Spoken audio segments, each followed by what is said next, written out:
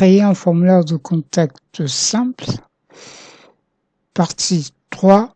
Tutoriel proposé par Duclosoft. Mesdames et messieurs, une fois de plus, bonjour.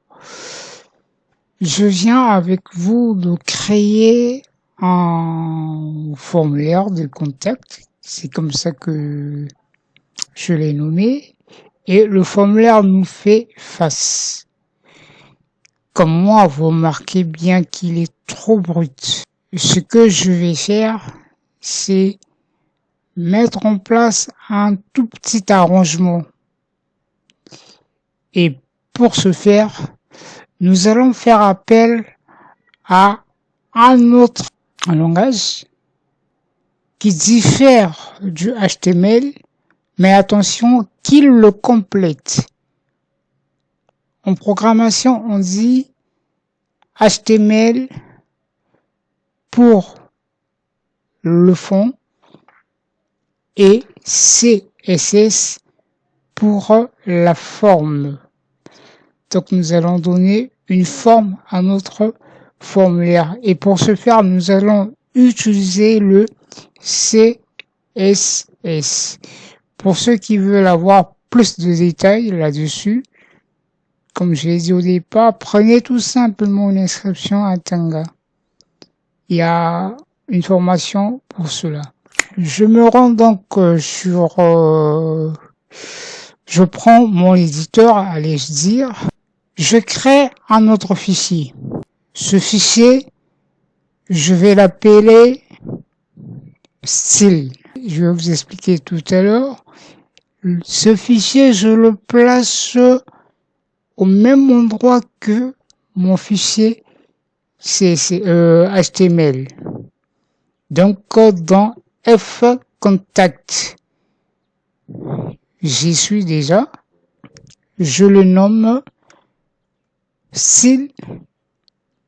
L'extension, étant donné que c'est un fichier CSS, l'extension est .css. J'enregistre. Vous pouvez donner un autre nom. Style, c'est moi qui ai proposé. Vous pouvez donner declo.css, malunga.css, selon le langage que vous. Pourvu que l'extension soit .css.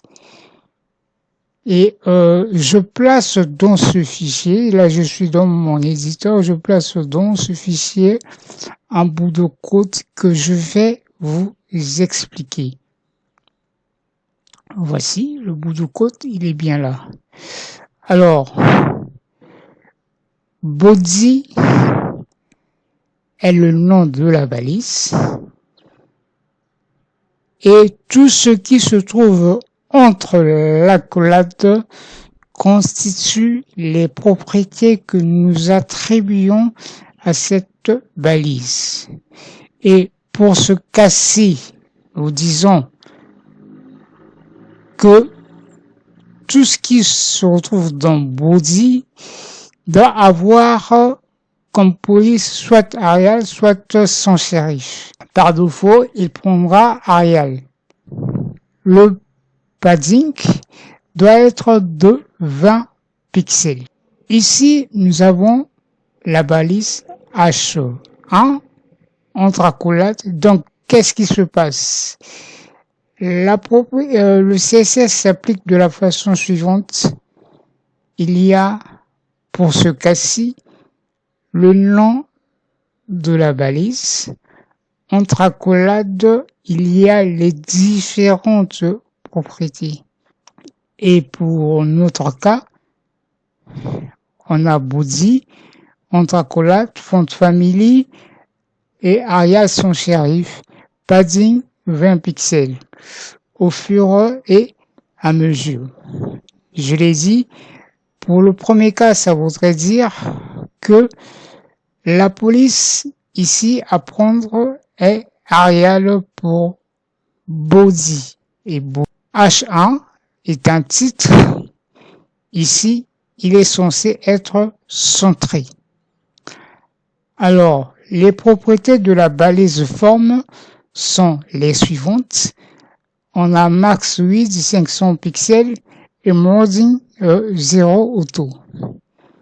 Les propriétés de label sont les suivants: display black et puis margin top 10 pixels au fur et à mesure. L'input, ici il s'agit uniquement de l'input du type submit. Cet input a une couleur en arrière-plan, ici exprimée en hexadécimal.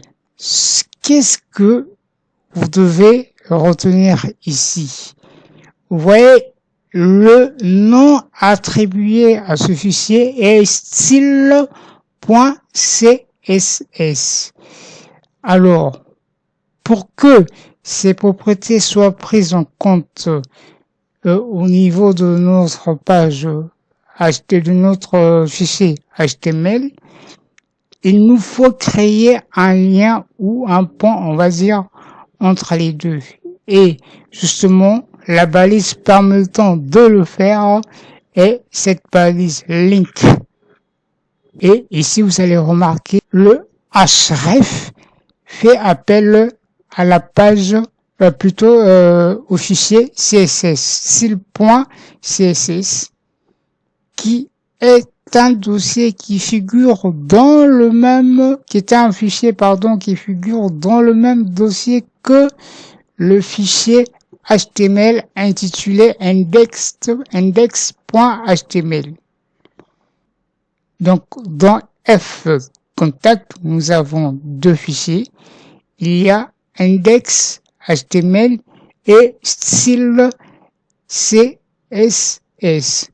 Style CSS essaie de donner une forme à notre fichier index.html. Ainsi, à travers cette ligne, tout est normalement pris en compte. Tout ce qui vous reste à faire, c'est d'enregistrer. Donc, vous enregistrez au niveau de votre fichier HTML et au niveau de votre fichier CSS. Faites file save et testons. Donc, je repars sur mon navigateur web. J'y suis. Tout ce qui me reste à faire, c'est d'actualiser ma page. Donc, CTRL R. Voici ce que ça donne. Voilà. Remarquez bien que tout a changé de forme. Si vous avez des questions, n'hésitez pas de les poser en commentaire. Et c'est ça l'avantage du CSS. Merci, c'était Doclosoft.